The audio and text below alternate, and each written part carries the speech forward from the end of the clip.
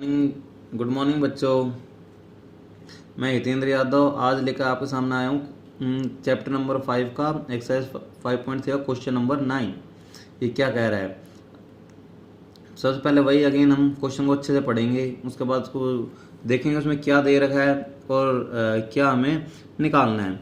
तो हम पढ़ते हैं, if the sum of first 7 term of an AP is 49। ये कह रहा है कि कोई एक एपी है, उसके अगर पहली 60 टर्म अगर हम लेते हैं तो उसका सम क्या आता है? 49 आता है। इसको देखते हैं, हमें पता चल गया क्लियरली कि जो उसके अंदर S7 है उसकी वैल्यू दे रखी है इन्होंने 49।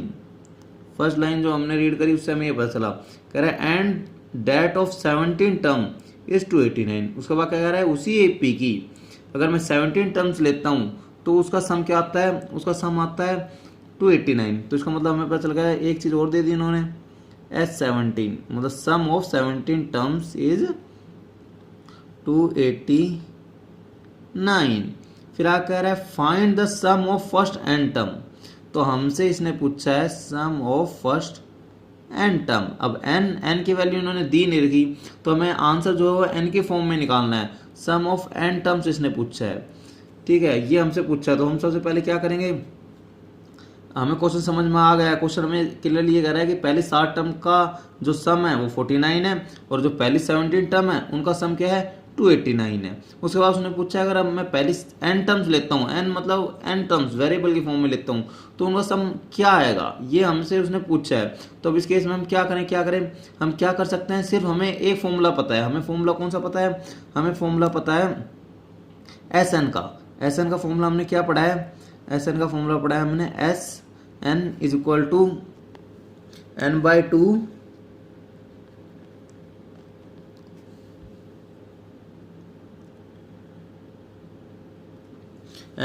Bracket 2a plus n-1 d और ए ब्रैकेट बंद। ये फॉर्मूला हमने पढ़ा है। तो अब हम क्या कर सकते हैं, अब हम सिर्फ इतना काम कर सकते हैं, इस फॉर्मूले के अंदर ही ये जो दे रखी है इसका ही यूज करके हम कुछ फाइंड आउट कर सकते हैं। उसी से हमें आगे क्वेश्चन सोल्व होने का रास्ता मिलेगा। तो अब हमने क्या किया, S7, तो सबसे पहले हमने S7 के अंदर इसकी वैल्यू पुट करी। S7 का क्या हो जाएगा, अब इस फॉर्मूले में हम लगाते तो ये हो जाता है n की जगह 7/2 2a, एक की वैल्यू हमें नहीं पता तो हमने 2a ही रख दिया। उसके बाद प्लस n की जगह क्या रखना है? 7 रखना है, -1 और d की वैल्यू अगेन हमें नहीं पता, ये कर दिया। और इसकी वैल्यू क्या दे रखी है हमें? 49। इसको आगे अगर हम फर्दर सोल्व करेंगे तो हमें क्या मिल जाएगा, ये हो जाएगा, अब ये 2 यहाँ पे मल्टीप्लाई, यहाँ पे सॉरी डिवाइड है, इधर जाएगा तो क्या हो जाएगा? मल्टीप्लाई में हो जाएगा। तो ये हो गया 7 2a प्लस 6d। इसको अभी यहीं रहने देते हैं क्यों, हमें पता है पूरा पूरा कट जाएगा तो 2 हमने यहीं रहने दिया। अब हमने इसको ये 7/2 दोनों ब्रैकेट के बाहर है तो एक बार इससे मल्टीप्लाई और एक बार इससे मल्टीप्लाई कर दिया। तो ये हो गया हमारा 7 इंटू में 2a अपॉन में 2, क्योंकि पूरा पूरा डिवाइड हो रहा था इसलिए मैं इधर की साइड नहीं लेके गया इसको। जैसे जैसे क्वेश्चन करते जाएंगे वैसे वैसे हमें पता चलता जाएगा कि हमें आखिर करना क्या है।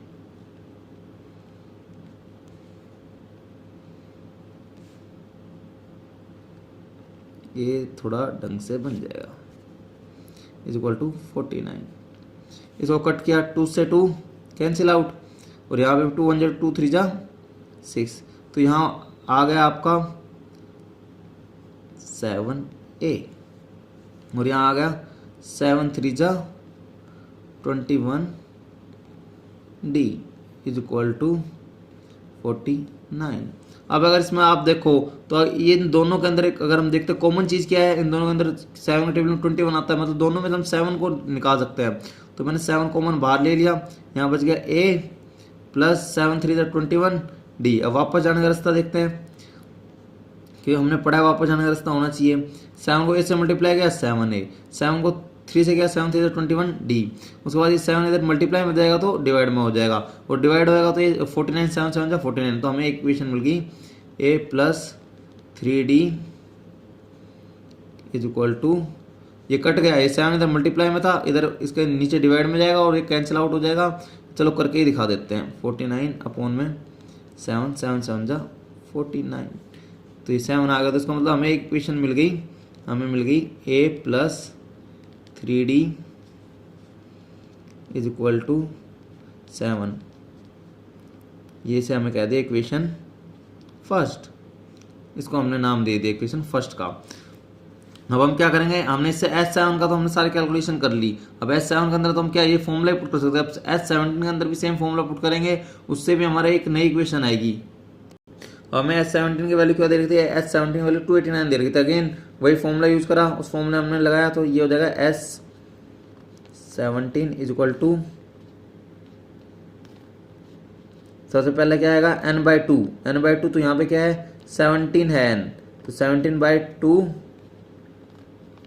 उसके बाद क्या आ जाएगा 2a, एक की वैल्यू हमें नहीं पता, प्लस n की वैल्यू क्या है यहाँ पे 17 माइनस 1d, और इनका सम क्या आ रहा है 289। वही फॉर्मूला लगाया हमने Sn वाला, तो ज़्यादा सोचने की जरूरत नहीं है। Sn वाला फॉर्मूला लगाया तो ये आ गया आपका 17/2।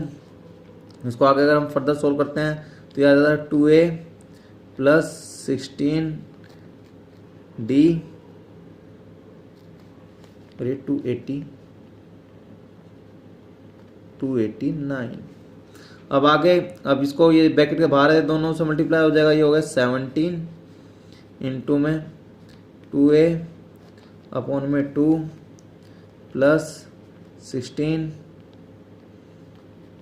इंटू 17d अपॉन में 289।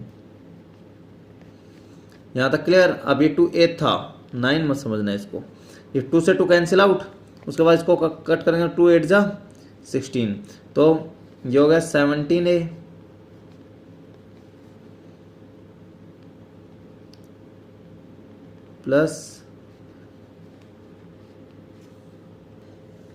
प्लस 8 इंटू में 17d इज इक्वल टू 289। ये 17 था,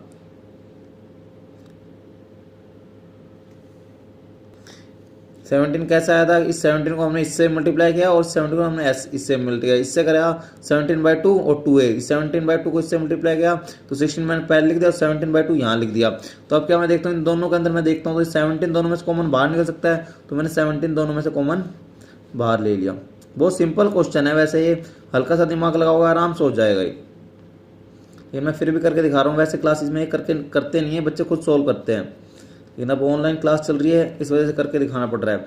तो अब क्या है 17 इधर मल्टीप्लाई में उधर जाएगा तो क्या हो जाएगा डिवाइड में हो जाएगा। ऑनलाइन क्लास में क्वेश्चन भी लिखना पड़ रहा है।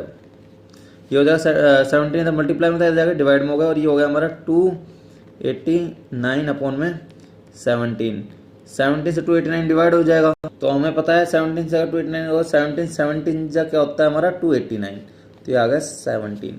तो ये हमें मिल गया a plus 8d is equal to 17, इसको नाम दे दिया हमने इक्वेशन सेकंड। अब तक तो आपको आदत पड़ गई होगी, अब हमारे पास 2 इक्वेशन आ गई है। 2 इक्वेशन आ गई तो 2 इक्वेशन से हमें क्या फायदा होगा, आपको ऑटोमेटिकली माइंड में स्ट्राइक कर जाना चाहिए। इन इक्वेशन से हम a और d की वैल्यू फाइंड आउट कर सकते हैं। अब क्या इक्वेशन फर्स्ट को या इक्वेशन सेकंड को फर्स्ट में से माइनस कर दो, किसी में माइनस करेंगे। तो अब यहाँ पे एक लाइन लिख देना सुंदर सी, बाय सब्ट्रैक्टिंग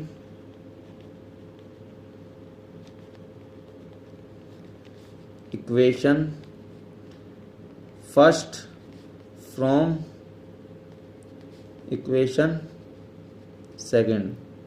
आप बच्चों से मैंने एक काम कहा था, वो किया नहीं। वीडियो जब भी देखते हो उसे कमेंट बॉक्स में अपना नाम जरूर लिखो, उससे मुझे पता चल जाएगा बच्चे देख रहे हैं वीडियो को, लेकिन कमेंट बॉक्स में अपना नाम डाल रहे हैं। सिर्फ जतिन और एक साहिल, इन्होंने वीडियो के कमेंट बॉक्स में नाम डाला है।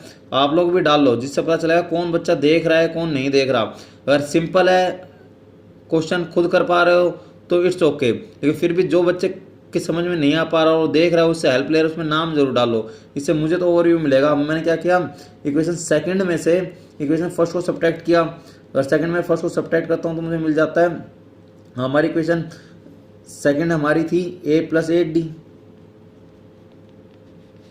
माइनस इक्वेशन हमारी जो हमारी फर्स्ट आई थी वो आई थी हमारी a+3d है, वो पूरी एक चीज़ है, तो मैंने इसको क्या ब्रैकेट में लिख दिया। अब क्या इक्वेशन सेकंड की वैल्यू जो है हमारी इधर की इक्वल टू सेट 17 है और उसमें आई थी -7। ब्रैकेट को ओपन किया तो आ गया a+8d -a -3d is equal to ये हो गया 10। सो ए से ए कैंसिल आउट और ये 8d में 3d गया तो आपको आ गया 5d, इधर आ गया 10। तो अब ये 5 इधर मल्टीप्लाई में, इधर जाएगा तो क्या हो जाएगा डिवाइड में, तो ये हो गया 10 अपॉन में 5, 5 1 जा 5, 5 2 जा 10। तो हमें डी की वैल्यू क्या मिल गई, डी की वैल्यू मिल गई हमें 2। अब डी की वैल्यू 2 आ गई। अब हमें पता है हमें क्या करना है, कोई भी दो इक्वेशन गिवन है उनमें से किसी एक इक्वेशन में डी की वैल्यू पुट करो और एक की वैल्यू निकालो। तो हमने क्या करते हैं, हम इक्वेशन सेकंड हमारे सामने है, इक्वेशन सेकंड के अंदर ही पुट कर देते हैं किसकी वैल्यू, डी की वैल्यू। तो उससे हमें किसकी वैल्यू मिलेगी, एक की वैल्यू मिलेगी। तो हमने इतनी दिक्कत, तो हमने पुट करा, डी की जगह 2 पुट करा तो डी की जगह 2 आ गया, a+8 डी की जगह 2 इक्वल टू 17, a 2 जा 16, एक का a। उसके बाद क्या हुआ, ये 16 इधर प्लस का उधर गया तो क्या हो गया माइनस का हो गया, तो 17 में 16 जाएगा तो एक की वैल्यू क्या आ गई, एक की वैल्यू आ गई हमारी 1। और डी की वैल्यू क्या आ गई थी हमारी, डी की वैल्यू आ गई थी डी डी डी डी कहाँ गया, डी की वैल्यू आ गई थी हमारी 2, एक की वैल्यू आ गई 1।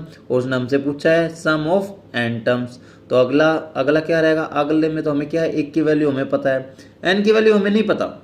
n इस केस में क्या है, वेरिएबल है, n की वैल्यू हमें नहीं पता। क्या किया हमने, एक की वैल्यू और डी की वैल्यू लिख ली। अब हमें क्या है, सम ऑफ n टर्म्स पूछा है, n इज द वेरिएबल, तो n को हम n ही रहने दें क्योंकि उन्होंने दिया ही नहीं, तो हमने n को n ही रहने दिया। उसके बाद क्या किया, फिर अगेन n को n रहने दिया क्योंकि हमारा फॉर्मूला क्या होता है n/2 ब्रैकेट में 2a क्या आता है 2a, एक की वैल्यू, बट हमें यहाँ पे अभी हमने इतना बड़ा सॉल्यूशन किया है तो एक की वैल्यू क्या आई 1 आ गई। उसके बाद एडिशन का सिंबल, उसके बाद n-1d। अब n की वैल्यू हमें नहीं पता तो n को हमने n ही छोड़ दिया, -1। हाँ लेकिन हमें d की वैल्यू निकाली है इन दो इक्वेशन को सोल्व करके, तो d की वैल्यू क्या लिख दी यहाँ पे 2।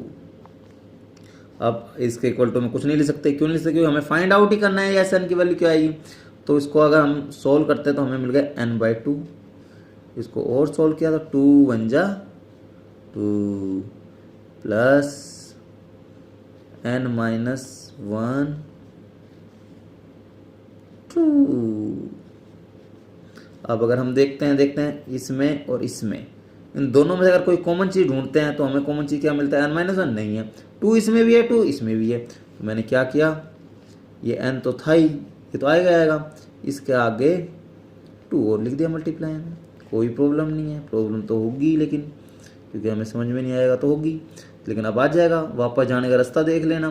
तो क्या है, यहाँ से 2 कॉमन लिया, यहाँ पे बच गया 1 और यहाँ पे तो कुछ बचेगा ही नहीं सर, क्यों 2 तो उधर ही चला गया। तो अब जरा बताओ कैसे वापस जाने का रास्ता। देखो n/2 का n/2, 2 1 जा 2 और 2 को n-1 से मल्टीप्लाई किया तो वही 2 इधर ब्रैकेट में आ गया, हो गया काम हमारा। तो मतलब वापस जाने का रास्ता है, तो हमने दोनों में से क्या ले लिया, 2 कॉमन ले लिया। बच्चे बहुत बच्चों वाली गलती करते हैं। जब वो टेस्ट दिया था मैडम ने, कमलेश मैम ने, उसमें ऐसी गलतियाँ की कई बच्चों ने, तो मुझे समझ में ही नहीं आ रहा था कहाँ पे क्या प्लस कर रहे हैं क्या माइनस। चलो ठीक है, वो बात करेंगे, फिर भी उन बच्चों का नाम भी लेंगे। लेकिन यहाँ पे 2 से 2 कैंसिल आउट हो गया तो यहाँ बच गया n। तो सर n तो बच गया, अब इसका भी कर देते हैं। क्या करेंगे इसका ये करेंगे सर, यहाँ 1 बचा था। अब एक काम करो, इस ब्रैकेट को खोल देते हैं, तो ओपन कर दिया, यहाँ हो गया n-1 बच गया और ये बड़ा ब्रैकेट रहने दे, छोटा ब्रैकेट ओपन कर दिया, बड़ा हमने लगा दिया, 1 से 1 कैंसिल आउट। तो यहाँ क्या बच गया, यहाँ बच गया n और यहाँ पे भी क्या बच गया ब्रैकेट में n को n से करेंगे n जा n²। तो हमारा आंसर आ गया। सम ऑफ n टर्म्स, अगर वो जिस हिसाब से हमें कंडीशन दे रखी थी कि सम ऑफ 7 टर्म दे रखी थी, सम ऑफ 17 टर्म दे रखी थी, उनको अगर हम सम करके निकालते हैं, उनको सोल्व करके और सम ऑफ n ए और डी की वैल्यू निकालने के बाद हमें पता चल जाता है हमें क्या मिल जाता है, n स्क्वायर आ जाएगा किसका, सम ऑफ n टर्म्स। तो सिंपल सी बात है, किसी भी टर्म का अगर आपको इसके अंदर सम निकालना है तो आप क्या करो, n स्क्वायर कर दो। मतलब अगर 16 टर्म का करना है 16 को 16 से कर दो। अगर आपको 9 टर्म्स का निकालना है तो 9 9 से 81। तो मतलब इससे हमें और भी मिल गया, n के टर्म्स में मिल गया किसका, n टर्म्स का सम। चलो ठीक है बच्चों, अब ज़्यादा बड़ी वीडियो हो जाएगी, बाकी बात करेंगे अगली वीडियो में।